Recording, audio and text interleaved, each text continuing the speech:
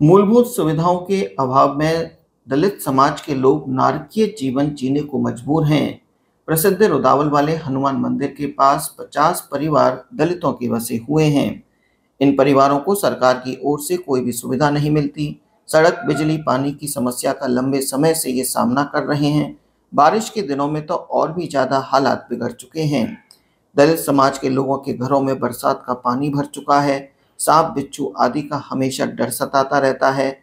आम रास्ते में पानी भरा होने से आवागमन में बड़ी परेशानी होती है। नारद न्यूज ने जब दलित समाज की इस बस्ती का निरीक्षण किया तो हालात बद से बदतर नजर आए।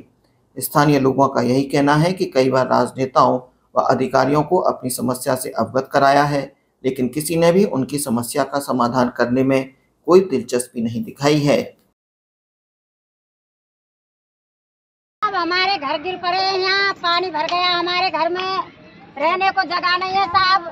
ये रोड पे खड़े हैं साहब, हम बच्चा ने ले लेके और घर में पानी भर गो साहब हमारे में। और ये गांव में कोई सुनवाई नहीं है साहब हमारे लिए। लाइट की व्यवस्था नहीं है साहब, रहने की जगह नहीं है साहब, सब घर गिर पड़े हमारे। जो जनप्रतिनिधि हैं, एमएलए हैं, वो क्या कहते हैं आपसे? जाते हैं साहब, न कहते हैं 10 दिन में हो जाएगा, 15 दिन में हो जाएगा और कोई सुनवाई नहीं करता। फिलहाल में जो विधायक है आपकी ऋतु बनावत, उससे मिले हैं कभी? क्या कहा उन्होंने? उनसे तो नहीं मिले साहब हम। उससे पहले जो एमएलए रहे उनसे मिले हों? उनसे मिले साहब। क्या आगे आओ, थोड़ा आगे आओ। भरतपुर गए साहब, सब जने हो आए साहब हम। जो पहले एमएलए रहे थे उनसे मिले, उन्होंने क्या जवाब दिया था? ये तो कहे कि जगह दे जाए और उनको और गरीबों को प्लॉट काटना चाहिए और गरीबों को कुछ करना नहीं, कुछ जगह ज्यादा देना चाहिए। काम का नहीं करते हैं साहब, कुछ नहीं करने देते हैं। ऊपर से आदेश आ जाता है साहब, उसको काट देते हैं। लाइट को लेकर के क्या कहना है? लाइट के लिए मना कर देते हैं साहब के गौशाला की जगह साहब। प्लॉट नहीं मिले जब तक कुछ नहीं, पट्टे नहीं कटेंगे जब तक कुछ नहीं। और वोट डालते साहब हमको 100 साल हो गए। हमारे बड़े बूढ़े साहब यहीं मर गए, बड़े बूढ़े भी हमारे यहीं मर गए साहब, रहते रहते 8-8, 10-10 बच्चे की शादी कर ली साहब, वोट मांगने के लिए आ जाते हैं। आप लोगों के यहाँ कितने घर हैं? हमारे 50-60 घर की बस्ती है साहब यहाँ। सब लोगों का यही हाल है, मतलब व्यवस्था नहीं है रहने के लिए? हाल है साहब, आके देखो साहब, गरीबों की सुनवाई करो। हमारी गरीबों की बात नहीं माना साहब तो तुम गाड़ी लेकर आके देखो साहब। 1 दिन से हमने खाना नहीं खाया अभी। सबसे मेन कारण है लाइट जी। यहाँ पर लाइट नहीं, बिल्कुल ही लाइट बगैर इतनी परेशानी आती है कि जो हमारे सारे जो छोटे छोटे बच्चे हैं ये भी नहीं पढ़ पा रहे हैं और हमें भी परेशानियों के साथ का सामना करना पड़ता है। आप लोगों के यहाँ जो आप रह रहे हो, ये इनके कितने घर बैठेंगे यहाँ कम से कम? यहाँ पर कम से कम 50 घर रहे हैं समथिंग। कितने दिन से रह रहे हैं यहाँ पे? इसमें सभी समुदाय के लोग रहते हैं, SC वर्ग के हैं सबसे ज्यादा तो इसमें जी। और जितने भी हैं दलित ही हैं।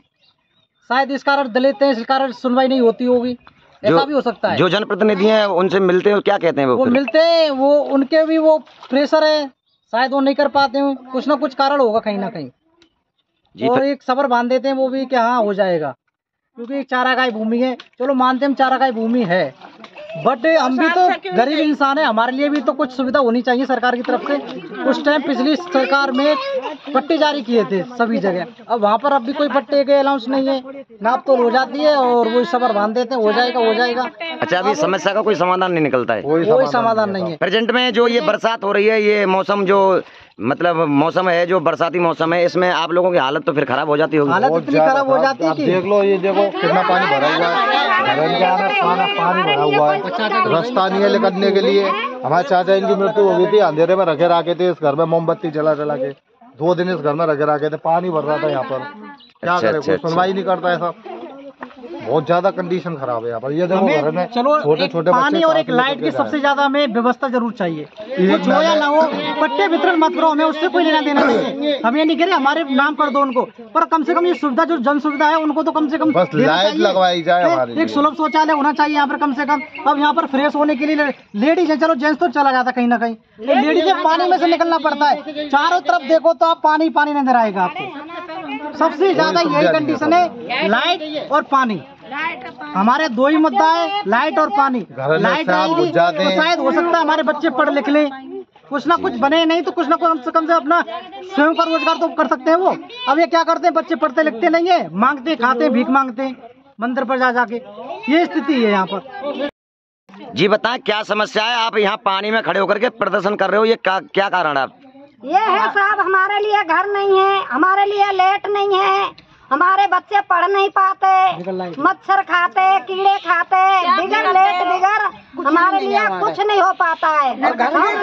हमारे घर बार सब गिर पड़े हैं साहब, हम बहुत मुसीबत में हैं, हम बहुत लाचार हैं। जो आपके जनप्रतिनिधि है, सरपंच है या एमएलए है या सांसद है, जो भी उनसे आप मिले हैं, उन्हें क्या कहते हैं वो लोग? वो हमारे लिए सबर बता देते हैं, पर हमारे लिए कोई सुनवाई नहीं करते। सेक्रेटरी सहन नहीं कर पाता है, ना सहन करे ना हमारी फाइलों पे कुछ होता है, ऊपर से भी आदेश आ जाते हैं तो उसको भी कैंसिल कर देते हैं। लाइट को लेकर के क्या कहना है, लाइट के बारे में? लाइट के हम 7 फाइल भर चुके हैं, 7 बार भर चुके हैं, 7 फाइल फाइल हमारे पास रखी है।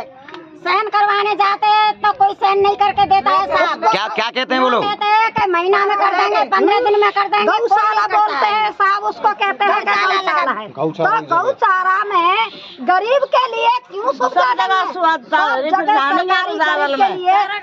हो रही है, हमारे लिए क्यों सुविधा नहीं है? छोटे बच्चे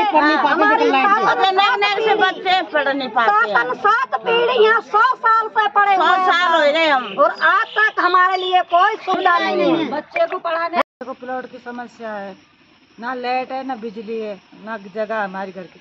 बरसात आज बना लेते, घर फूट जाते हमारे।